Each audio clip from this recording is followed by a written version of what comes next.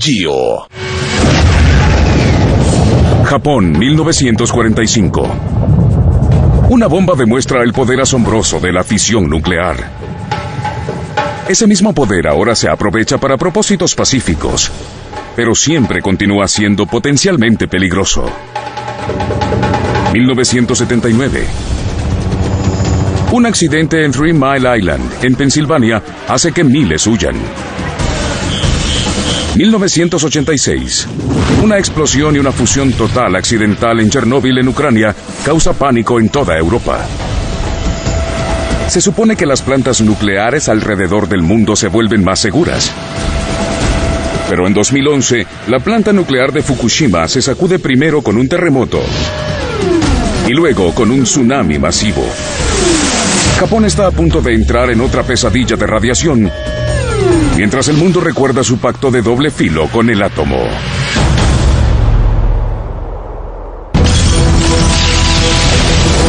Los desastres no surgen de la nada. Los desencadena una serie de eventos críticos. Descifra las pistas y echa un vistazo retrospectivo a esos segundos catastróficos. Fukushima. El norte de Japón. 11 de marzo de 2011, 2:46 p.m.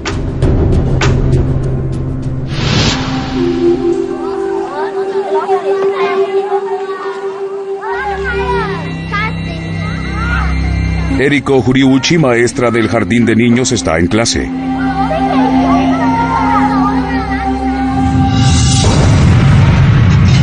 El salón empieza a sacudirse. Los temblores fueron enormes y duraron muchísimo tiempo. Muchas cosas salieron despedidas por todo el salón.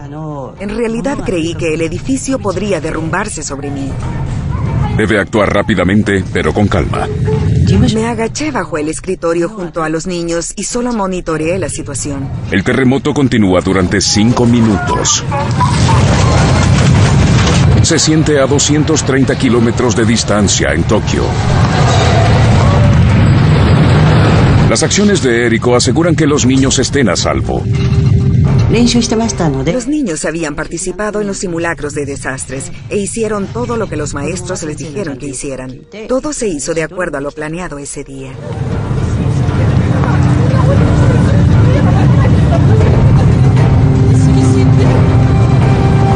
Los rascacielos se sacuden y los edificios se derrumban.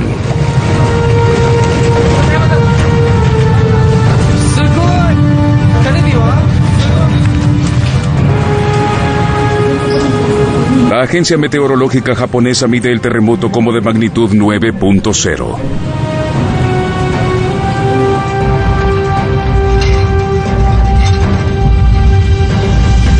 Es el terremoto más poderoso jamás registrado en Japón. Aunque el epicentro está a 130 kilómetros en mar abierto, las primeras fotografías de los noticieros muestran una devastación extendida a todo lo largo del norte del país. 2:53 p.m. 2:54 p.m. En el centro de Tokio, el experto en comunicaciones Kenichi Shimomura se apresura a llegar al centro de crisis subterráneo del primer ministro. El terremoto es tan fuerte que es claro que habrá un desastre humanitario grave. El gobierno convoca apresuradamente una reunión de emergencia. Debido a la enormidad del desastre, mi instinto dictaba que el gobierno central debía tomar su propia iniciativa para actuar, en lugar de esperar por los gobiernos locales.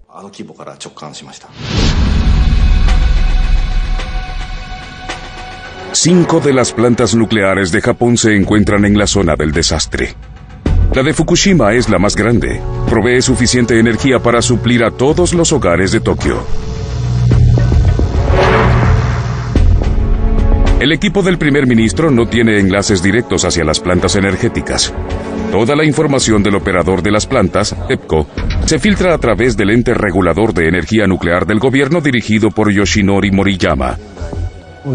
Justo después del terremoto recibimos noticias de la planta nuclear de Fukushima. Dijeron que se cortó la electricidad de la red de alimentación principal. Fukushima está a tan solo 178 kilómetros del epicentro del terremoto.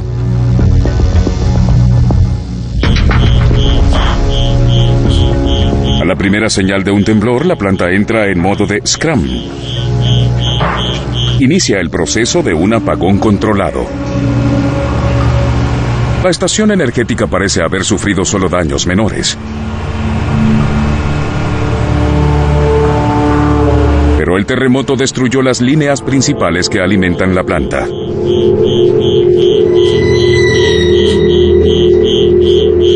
Generadores eléctricos de emergencia se activan para que la planta pueda continuar con el apagón en forma segura. 2:55 p.m.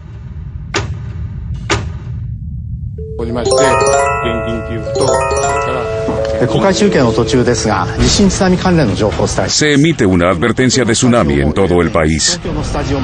Y todo el Océano Pacífico Norte está en alerta. Incluso la estación eléctrica de Fukushima.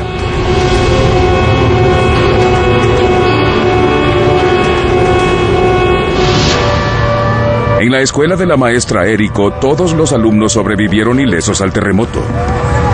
Los planes de emergencia dictan que todos deben evacuar. Sube a los niños a los autobuses que los llevarán colina abajo desde la escuela hasta sus hogares en la costa. Ella no se enteró de la advertencia de tsunami.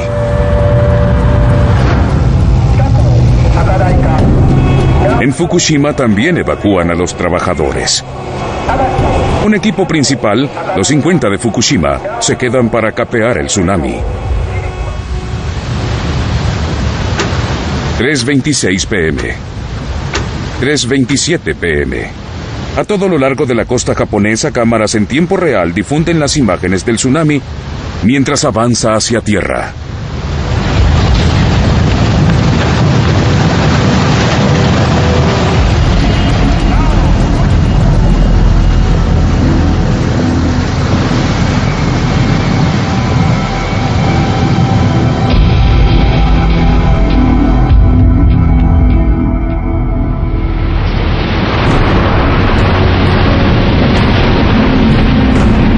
El tsunami golpea la estación energética de Fukushima con toda su fuerza.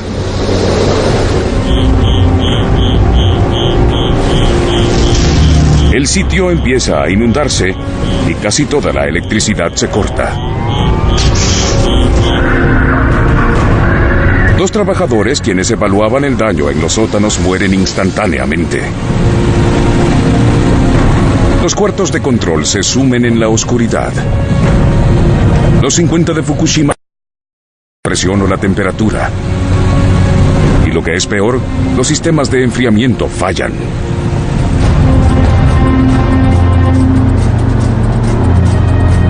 La maestra Eriko está preocupada. Tal vez envió a los niños hacia la muerte. La ruta del autobús era a lo largo de la línea costera, así que me afligía muchísimo que pudiera arrastrarlo el tsunami. 3:37 p.m. El centro de crisis de Tokio. Al llegar, el ministro Naoto Kan se entera de que la planta de Fukushima está sin electricidad.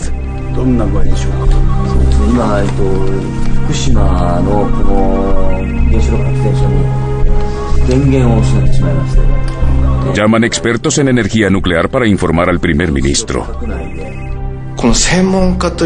Incluso esos expertos no podían decidir qué debía hacerse, porque esto estaba totalmente más allá de lo que pudieran haber predicho.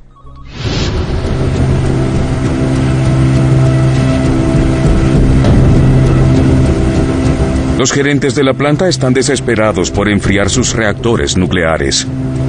Necesitan electricidad. Debíamos desplegar generadores móviles. Ese fue nuestro último recurso.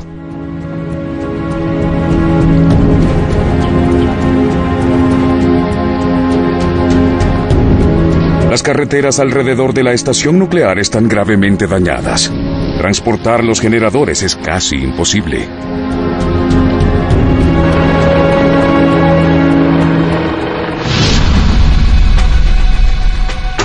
...6:08 p.m.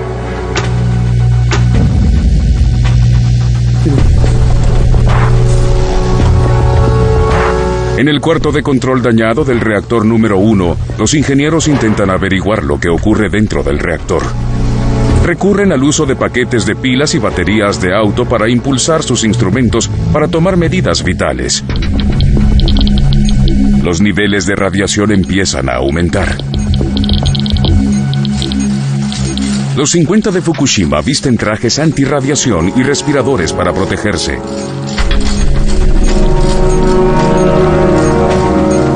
Sus instrumentos también empiezan a revelar que la presión aumenta dentro del reactor. Deben encontrar la forma de disminuir la presión.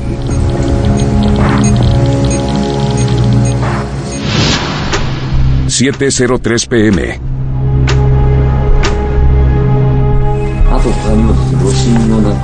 Transmiten esta noticia al primer ministro.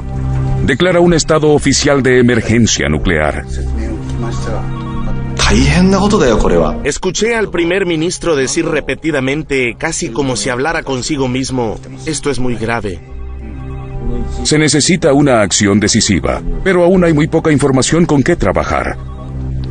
No tienen lecturas en tiempo real, ni comunicación directa con los gerentes en la planta nuclear. Aún así, los consejeros científicos creen tener la solución para evitar la acumulación de presión dentro de los reactores. La presión dentro del tanque de contención debe mantenerse baja en todo momento. Hay una válvula para liberar la presión. Si se abre, la presión se libera hacia el exterior.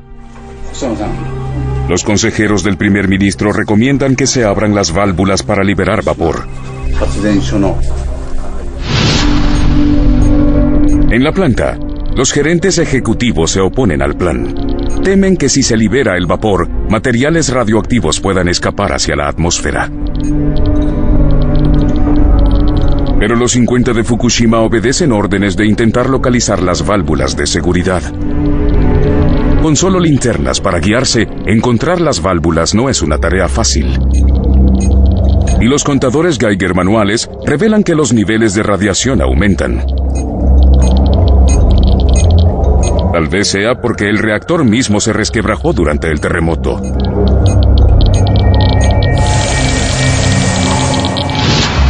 ...8:59 p.m. 9 p.m. El primer ministro recibe malas noticias. Los generadores móviles llegaron a la planta, pero no es suficiente.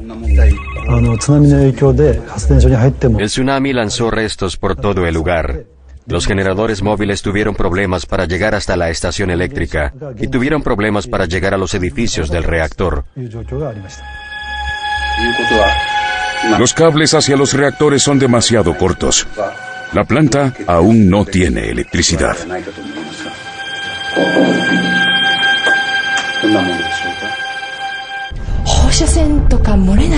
A 8 kilómetros de la planta de Fukushima, Eriko Horiuchi y su esposo se ponen nerviosos. Masayo solo me dijo Fukushima Daiichi. Había rumores de que la radiación escapaba y que la estación nuclear estaba en problemas. Empecé a sentirme angustiada. Las autoridades locales no confirman los reportes. Dominique, el esposo suizo de Eriko, descubre información a través de agencias noticiosas internacionales. Aún tenía contacto con la Internet. Empecé a leer periódicos extranjeros y eran un poco más explícitos respecto al desastre.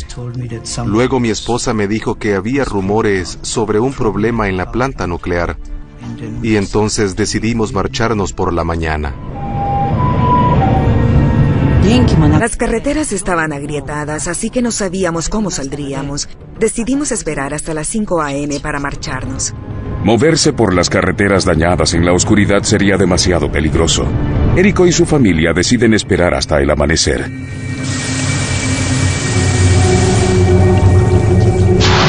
En la planta de Fukushima, la presión dentro del reactor número 1 ahora es tan alta que los trabajadores temen que el reactor pueda explotar.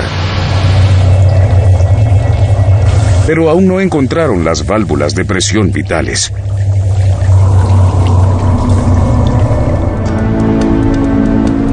...5 a.m. Sábado 12 de marzo. 8 kilómetros de la planta nuclear de Fukushima, Eriko y su esposo evacúan su hogar.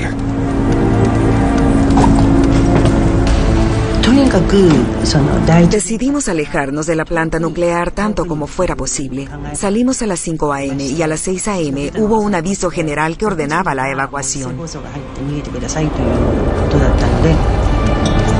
Tan solo una hora después de que se marcharan, congestionamientos masivos obstruyen los caminos. Decenas de miles de residentes se dirigen hacia los centros de evacuación, mientras se esparce el temor ante la radiación.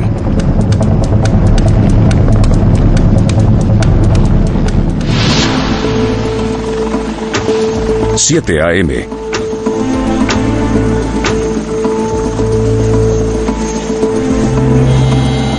Frustrado por la comunicación escasa con la estación nuclear, el primer ministro la visita personalmente.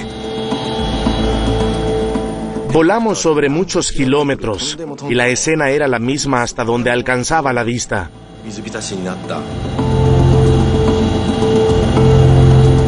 La tierra estaba cubierta por agua de mar y no podíamos distinguir dónde terminaba la tierra y dónde iniciaba el océano.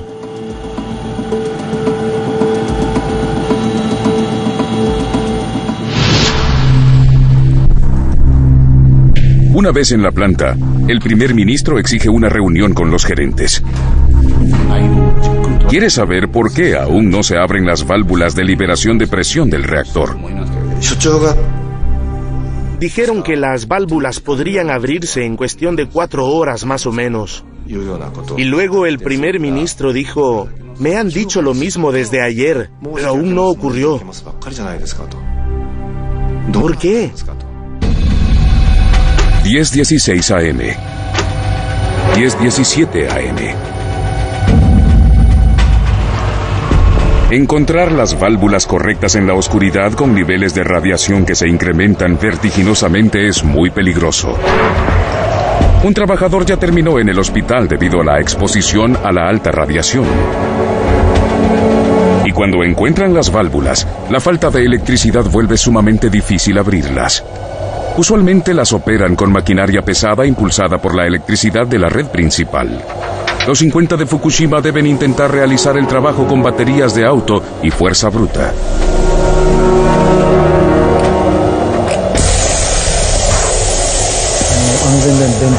Las válvulas se abrieron y como resultado la presión dentro del reactor disminuyó. Los gerentes de la planta ahora creen que el reactor número 1 estará a salvo, hasta que logren conectar la electricidad de la red principal y empezar a enfriarlo de nuevo. Pero los niveles de radiación en el lugar suben. Los ingenieros esperan que sea debido a que recién liberaron vapor radioactivo mientras abrían las válvulas. Pero tal vez sea una señal de que el reactor de acero de 15 centímetros de grosor tenga una fisura. Y de que una fusión total del núcleo causó que el combustible escape del reactor mismo. El peligro está lejos de terminar. 3:36 p.m. Una réplica masiva sacude la planta. La estación nuclear reportó que sintieron un temblor enorme. Casi inmediatamente el edificio que contiene el reactor número 1 explota.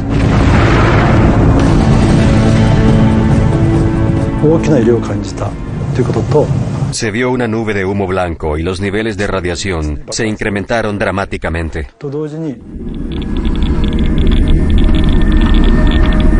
Los trabajadores detectan niveles de radiación 1000 veces más altos de lo usual en el reactor número 1. Podría ser otra señal de que el reactor mismo está dañado o tiene una fuga. Y otros reactores también dan muestras de presión.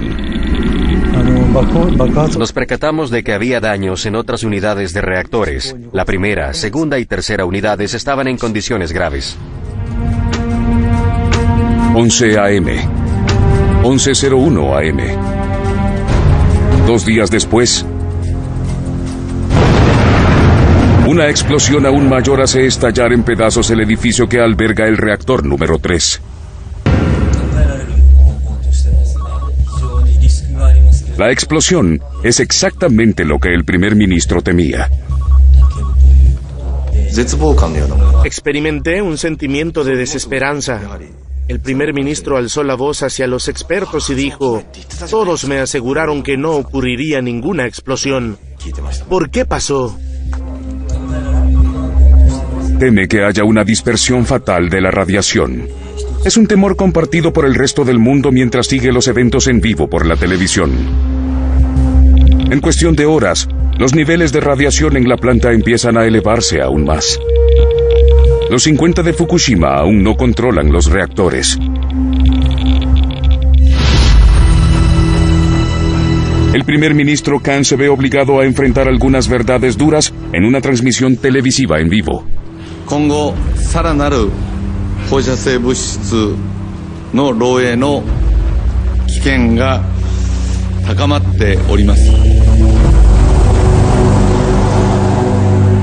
$180,000 personas se ven forzadas a buscar albergue temporal lejos de sus hogares sin tener idea de cuándo podrán regresar.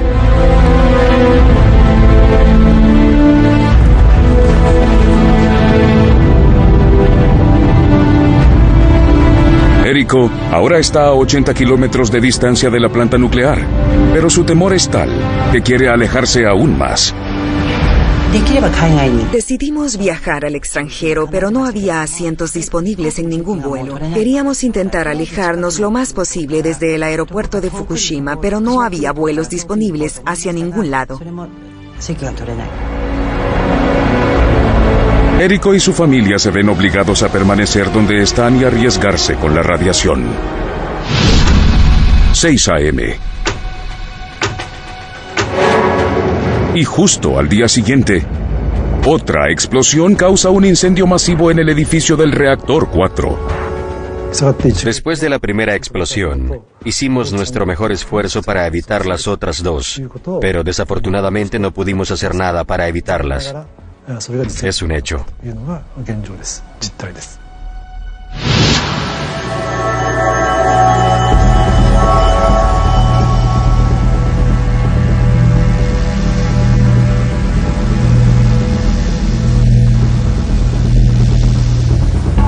Cuando el incendio se apaga, puede verse vapor elevarse desde el edificio número 4, lo que sugiere que hay barras de combustible gastadas en estanques de enfriamiento abiertos que pudieron sobrecalentarse, lo que conllevaría a una fuga mayor de radiación, o lo que sería una catástrofe completa, una fusión total accidental.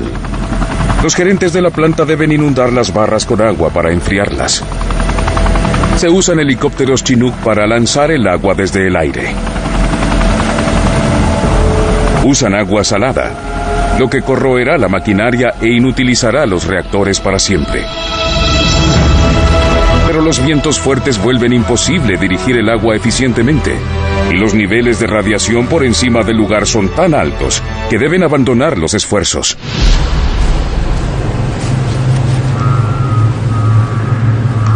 Solo el departamento de bomberos es capaz de inundar las barras de combustible con suficiente agua para hacer una...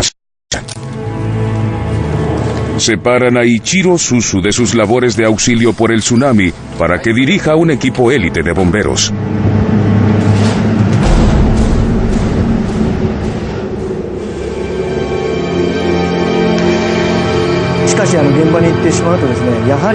Cuando llegué a Fukushima, sentí que quería portarme a la altura de las expectativas del país. La entrada estaba espeluznantemente silenciosa.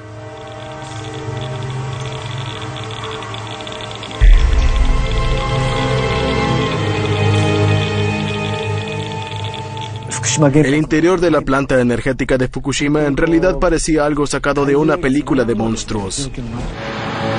Suzu y su equipo enfrentan el peligro y durante días vierten agua sobre los estanques de combustible gastado del lugar. Viste 2 trajes antirradiación para protegerse de la precipitación radioactiva.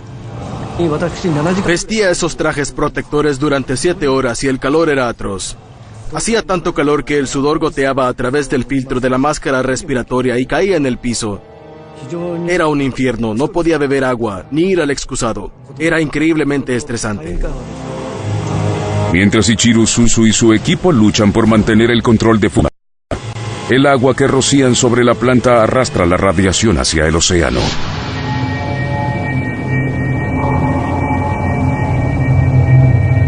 Y a 230 kilómetros de allí, en Tokio, empiezan a surgir los reportes de que las provisiones de agua potable tal vez se vean afectadas.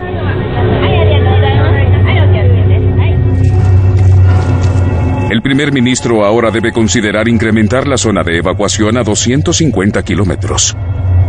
Significaría ordenar que 30 millones de personas, incluso todas las que viven en Tokio, abandonen sus hogares. Esta sería una decisión sin precedentes, una que ningún gobierno ha tomado en la historia moderna. Restaurar la electricidad en la planta toma más de 2 semanas, pero es demasiado tarde para detener el desastre, y la radiación continúa fugándose de los reactores. Japón y el mundo están desesperados por saber lo que ocurre dentro de la planta. ¿Y qué ocasionó tal desastre en Fukushima?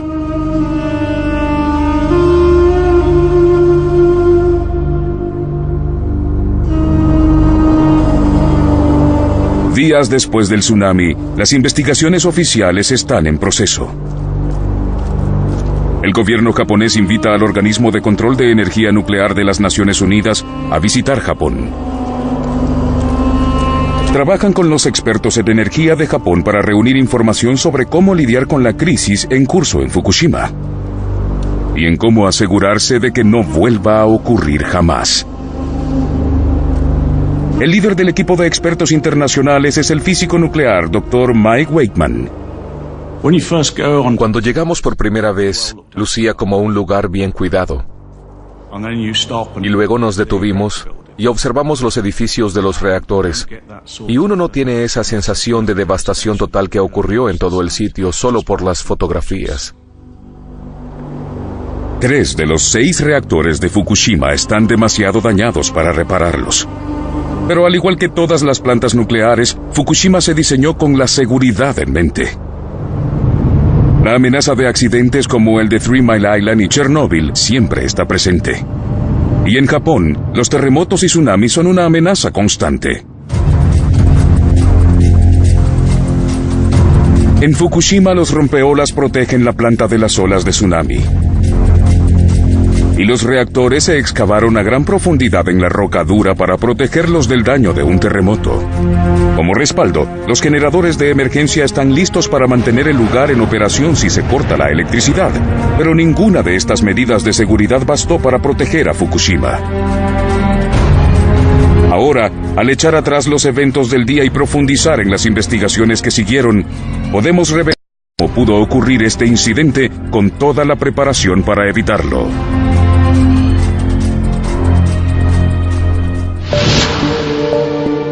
Mike Wakeman examina las defensas de Fukushima para entender qué desató tal catástrofe. Encuentra algunas fallas vitales en el diseño original de la planta. Sospecha que a los diseñadores les preocupaba más la amenaza de un terremoto que los peligros que presentaba un tsunami. La construcción de Fukushima. Cuando se construyeron los reactores 1 y 4 en la década de los 60, los ingenieros rebajaron 25 metros de la tierra donde se construyó el sitio. Esto les permitió anclar los edificios de los reactores en el lecho rocoso bajo la planta.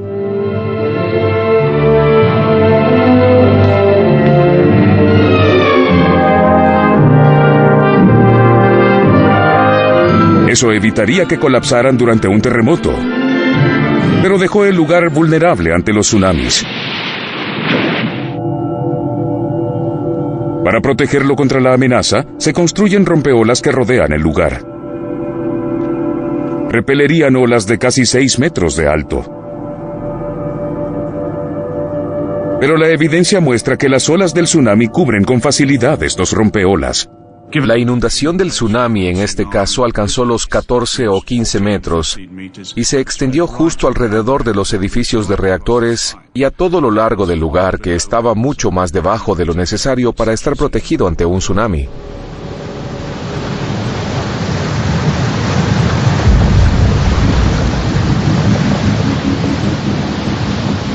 Un trabajador registra el momento del impacto en video.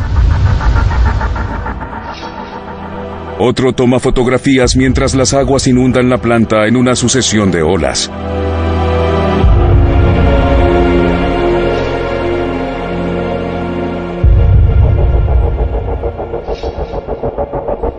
Los rompeolas eran demasiado bajos. Esta falla de diseño sencilla llevó a una serie de eventos catastróficos que podrían dejar la planta en peligro de sufrir una fusión total accidental. Durante el terremoto, la electricidad se corta. El terremoto más poderoso en la historia de Japón derriba los cables eléctricos de la red principal. En un momento del terremoto, los reactores se apagan automáticamente. Eso es lo que hacen. De acuerdo a los procedimientos de emergencia, los reactores entran en acción. Todas las estaciones de energía nuclear tienen sistemas eléctricos de respaldo. En este lugar, con 6 reactores, tenían 13 generadores a diésel y funcionaron como se suponía que lo hicieran. Pero entonces llegó el tsunami. Mientras miles de toneladas de agua bañaban el lugar, la mayoría de los generadores a diésel se inundan. Los generadores a diésel estaban ubicados en el fondo de los edificios de turbina y en otras áreas de niveles inferiores del lugar, y eso los volvió vulnerables ante la inundación extensa. Las puertas de protección ante inundaciones no son rival para el tsunami. Se corta toda la electricidad. Los ingenieros no logran controlar la cantidad de calor generado en los tanques de presión enorme de sus reactores. Lo primero que notamos fue que el tanque de presión de la reacción era una estructura grande. Tiene casi el tamaño de un autobús de 2 pisos de Londres. Pero en el interior actúa como una tetera. En las profundidades del reactor, las reacciones nucleares generan calor para producir vapor, lo que luego impulsa las turbinas. Al cortarse la electricidad, el agua que evita que el sistema se sobrecaliente deja de fluir. Pero las reacciones nucleares continúan, así que el combustible aún produce calor. El enfriamiento es fundamental para la seguridad de las reacciones nucleares. Debe enfriarse constantemente ese reactor para que sea seguro. Los gerentes de la planta no tenían electricidad para mantener en operación las bombas enfriadoras. Las barras de combustible empiezan a sobrecalentarse y se tornan líquidas. Esa fusión total libera grandes cantidades de radioactividad. Y los medidores de temperatura y presión a lo largo de la planta están fuera de servicio, así que los gerentes no conocen el estado de sus reactores.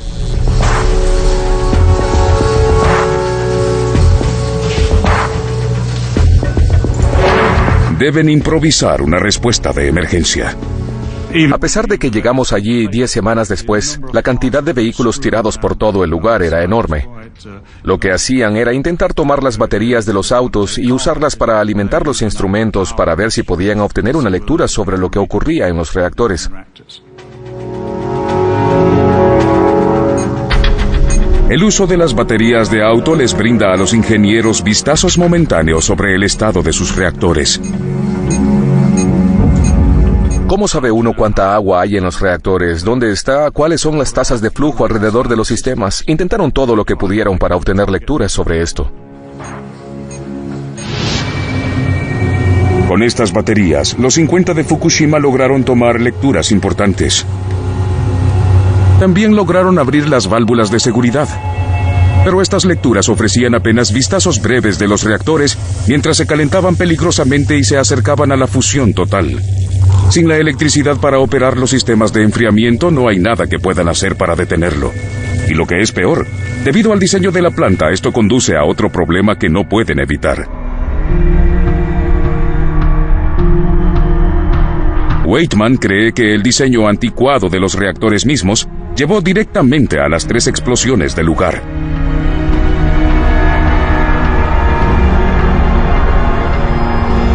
Toneladas de combustible nuclear se encuentran dentro de las barras combustibles y usualmente se mantienen frías por medio de un flujo de agua. Una capa delgada de circonio, un metal raro, cubre las barras. Esto protege las barras del calor excesivo, pero permite que las reacciones nucleares continúen. Pero cuando la temperatura aumenta, el circonio se vuelve altamente radioactivo. Debido a que hay muchísimo circonio en el núcleo, si todo se sobrecalienta, entonces puede reaccionar agresivamente con el vapor y el agua para crear hidrógeno. Los estimados muestran que las temperaturas alcanzaron los 2800 grados Celsius dentro del reactor. Eso fácilmente es suficiente calor para detonar la reacción entre el circonio y el vapor.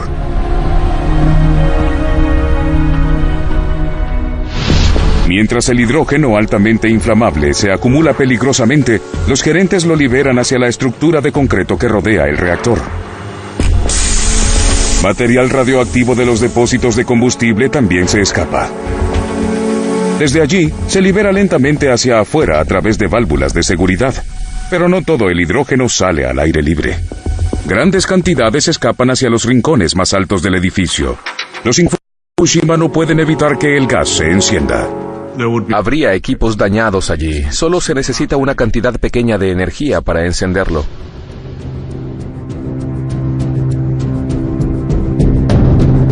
La acumulación de hidrógeno causa 2 explosiones masivas en los reactores 1 y 3 y un incendio devastador en la unidad 4.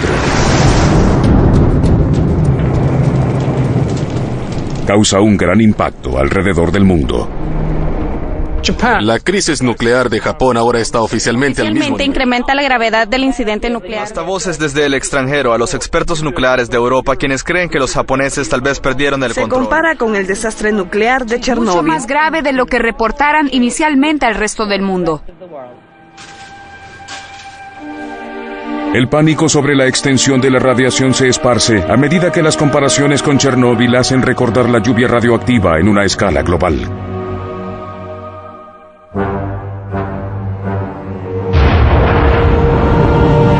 En Chernóbil, 8 toneladas de combustible nuclear se lanzaron hacia la atmósfera de la Tierra cuando el reactor explotó.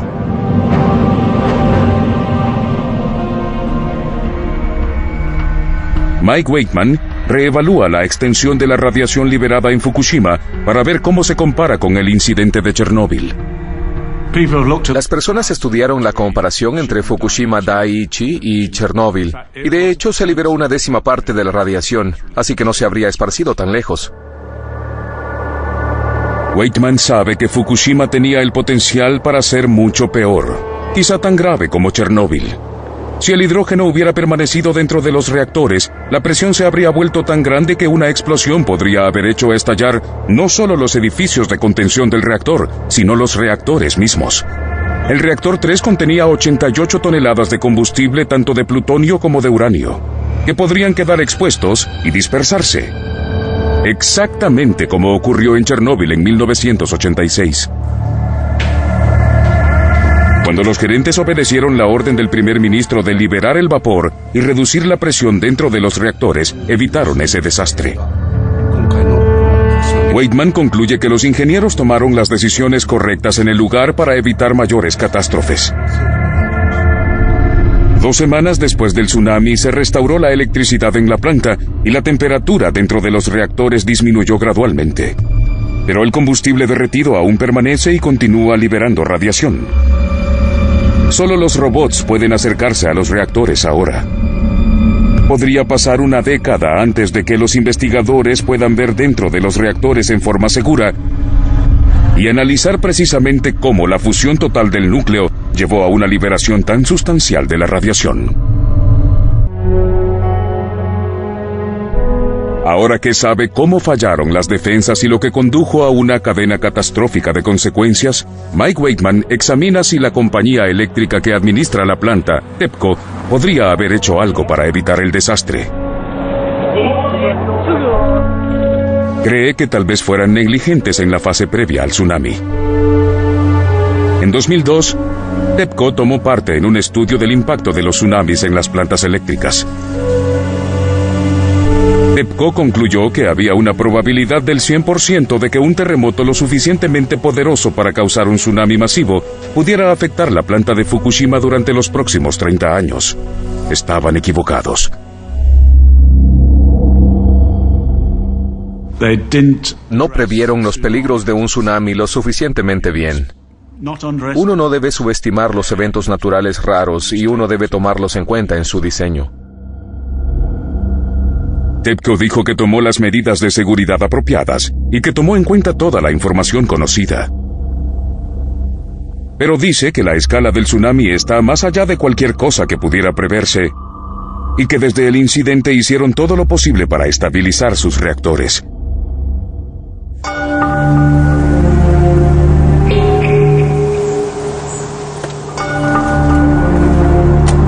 Después del desastre, El impacto de la forma en que se manejó se extiende por todos lados. Los residentes como Érico creen que la información que les dieron sobre los peligros potenciales causados por las explosiones fue demasiado poca y llegó demasiado tarde. Culpan tanto a la compañía eléctrica TEPCO como al gobierno. No había ninguna información sobre la radiación. La única información que nos daban era sobre la expansión de la zona de evacuación.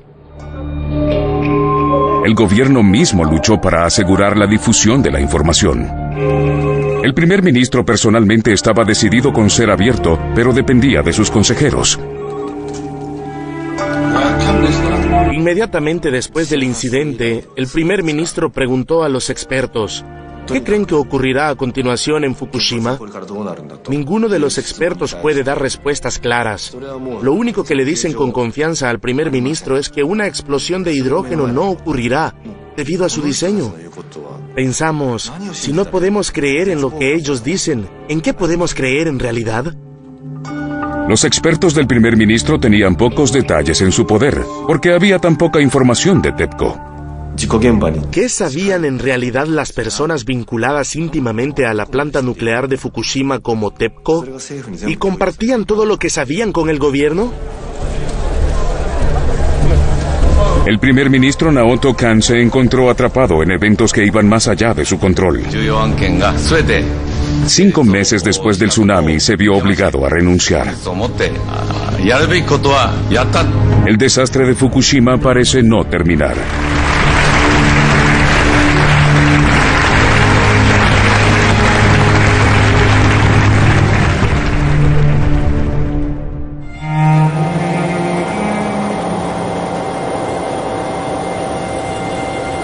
En la planta, apagan en frío los reactores. Pero aún son peligrosamente radioactivos. Claramente, el incidente aún no está totalmente bajo control y tal vez pasen años antes de que haya un acceso total. A pesar de eso, sabemos lo suficiente como comunidad mundial para aprender de las lecciones de Fukushima. Algunas naciones decidieron que solo hay una lección por aprender. En mayo de 2011, 2 meses después del desastre, Alemania decidió detener su programa de energía nuclear y enfocar sus finanzas en la investigación de fuentes de energía renovable. Suiza e Italia hicieron lo mismo.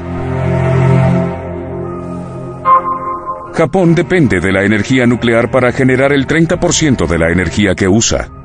Sin la electricidad generada por Fukushima, Tokio sufre apagones regulares. El primer ministro nuevo está comprometido con la continuidad del programa nuclear del país. En Fukushima, los médicos declaran fuera de peligro a los trabajadores que se quedaron para luchar por controlar la planta y los bomberos como Ichiro Suzu, quienes son los héroes verdaderos en este evento. Pero una vez más, tal vez pasen años antes de que se conozcan todas las consecuencias. La maestra Érico jamás llegó más allá del aeropuerto. Ahora vive en un apartamento con su familia a unos 80 kilómetros de la planta. El tsunami no alcanzó el autobús que llevó a casa a sus niños de su clase del jardín de infantes.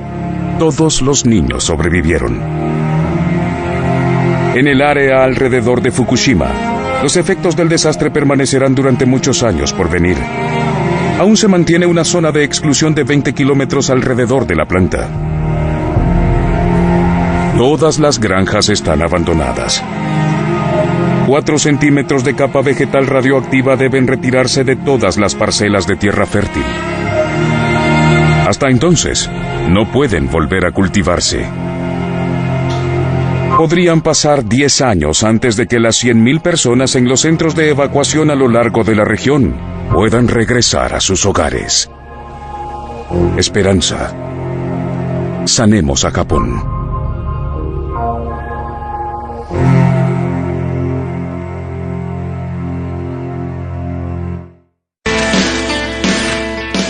El líder de la manada. Nuevo episodio, próximo jueves a las 9 por Nat Geo.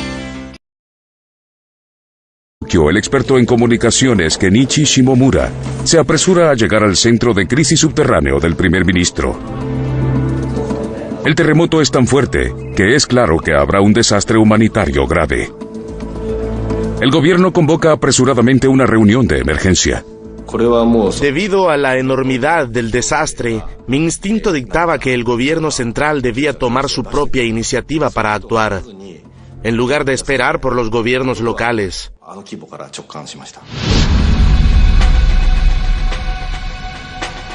Cinco de las plantas nucleares de Japón se encuentran en la zona del desastre. La de Fukushima es la más grande. Provee suficiente energía para suplir a todos los hogares de Tokio. El equipo del primer ministro no tiene enlaces directos hacia las plantas energéticas. Toda la información del operador de las plantas, TEPCO, se filtra a través del ente regulador de energía nuclear del gobierno dirigido por Yoshinori Moriyama. Justo después del terremoto recibimos noticias de la planta nuclear de Fukushima. Dijeron que se cortó la electricidad de la red de alimentación principal. Fukushima está a tan solo 178 kilómetros del epicentro del terremoto.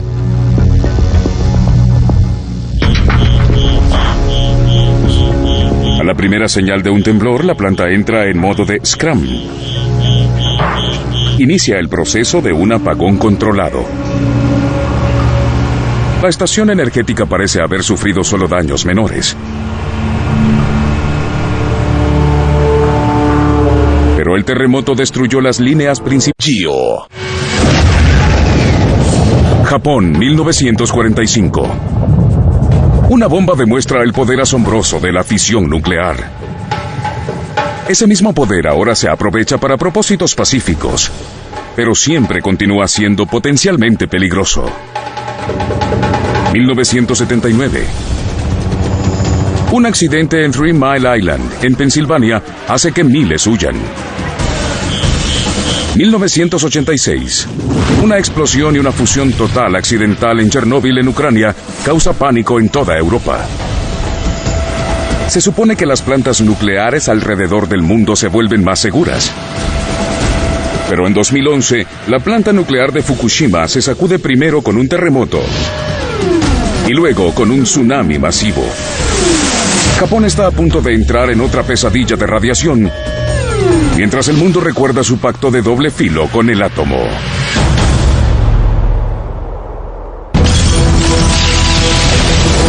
Los desastres no surgen de la nada.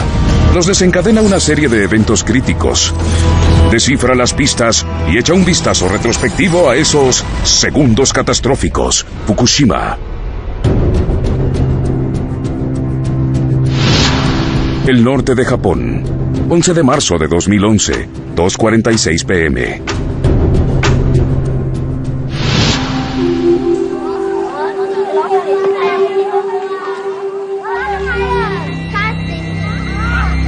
Eriko Horiuchi, maestra del jardín de niños, está en clase. Pales que alimentan la planta.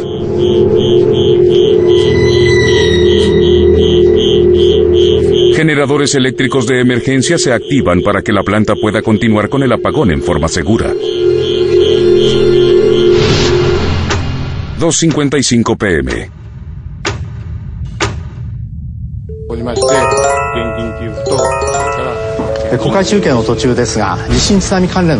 Se emite una advertencia de tsunami en todo el país.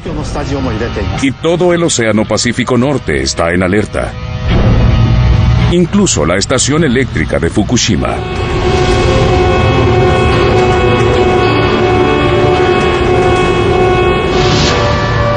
En la escuela de la maestra Eriko, todos los alumnos sobrevivieron ilesos al terremoto. Los planes de emergencia dictan que todos deben evacuar. Sube a los niños a los autobuses que los llevarán colina abajo desde la escuela hasta sus hogares en la costa. Ella no se enteró de la advertencia de tsunami.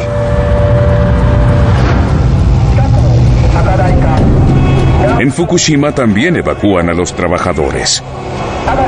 Un equipo principal, los 50 de Fukushima, se quedan para capear el tsunami. 3:26 p.m. 3:27 p.m. A todo lo largo de la costa japonesa, cámaras en tiempo real difunden las imágenes del tsunami mientras avanza hacia tierra.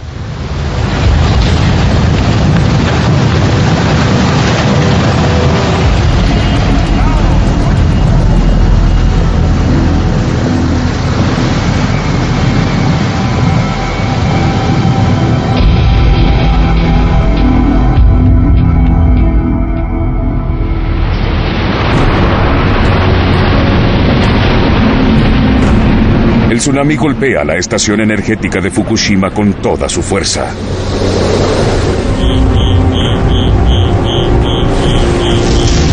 El sitio empieza a inundarse y casi toda la electricidad se corta. Los trabajadores, quienes evaluaban el daño en los sótanos, mueren instantáneamente. Los cuartos de control se sumen en la oscuridad. Los 50 de Fukushima, la presión o la temperatura. Y lo que es peor, los sistemas de enfriamiento fallan.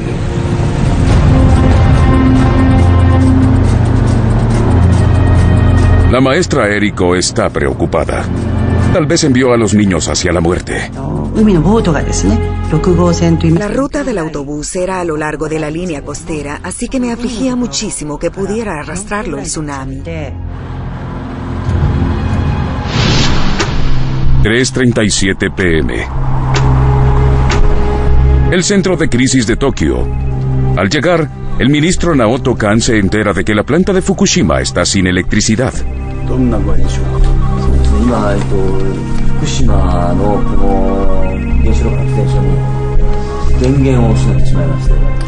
Llaman expertos en energía nuclear para informar al primer ministro. Incluso esos expertos no podían decidir qué debía hacerse, porque el salón empieza a sacudirse. Los temblores fueron enormes y duraron muchísimo tiempo. Muchas cosas salieron despedidas por todo el salón. En realidad creí que el edificio podría derrumbarse sobre mí. Debe actuar rápidamente, pero con calma. Me agaché bajo el escritorio junto a los niños y solo monitoreé la situación. El terremoto continúa durante 5 minutos. Se siente a 230 kilómetros de distancia en Tokio. Las acciones de Eriko aseguran que los niños estén a salvo.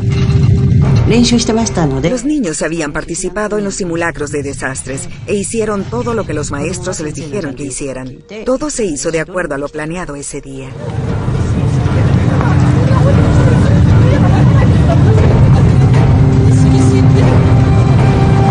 Los rascacielos se sacuden y los edificios se derrumban.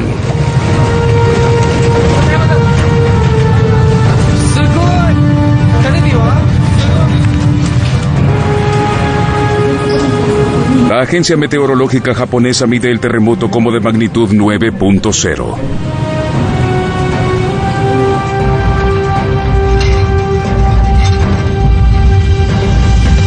Es el terremoto más poderoso jamás registrado en Japón. Aunque el epicentro está a 130 kilómetros en mar abierto, las primeras fotografías de los noticieros muestran una devastación extendida a todo lo largo del norte del país. 2:53 p.m. 2:54 p.m. En el centro de Tokio.